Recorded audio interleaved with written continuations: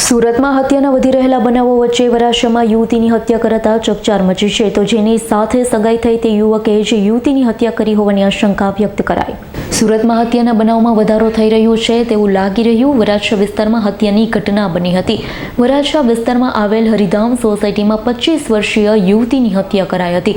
ગળાના ભાગે ચપ્પુ મારી યુવતીની હત્યા કરાઈ હતી, તો જેની સાથે સગાઈ થઈ તેણે જ યુવતીની હત્યા કરી હોવાનું લાગી રહ્યું છે।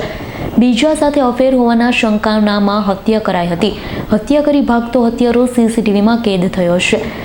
ઘટનાની જાણ થતાં વરાછા પોલીસ સહિત ઉચ્ચ અધિકારીઓ સ્થળ પર દોડી ગયા હતા। હત્યાનો ગુન્હો નોંધી હત્યારાને ઝડપી પાડવા ચક્રો ગતિમાન કર્યા। વરાછા પોસ્ટ વિસ્તારના હરિધામ સોસાયટીના B60 મકાનમાં એક ખૂનનો ગુનો બનેલ છે, જે ખૂનના ગુનામાં હકીકત એવી સાંપડેલ છે કે આ કામે મરણ જનાર વર્ષાબેન અને તેને મારનાર તેના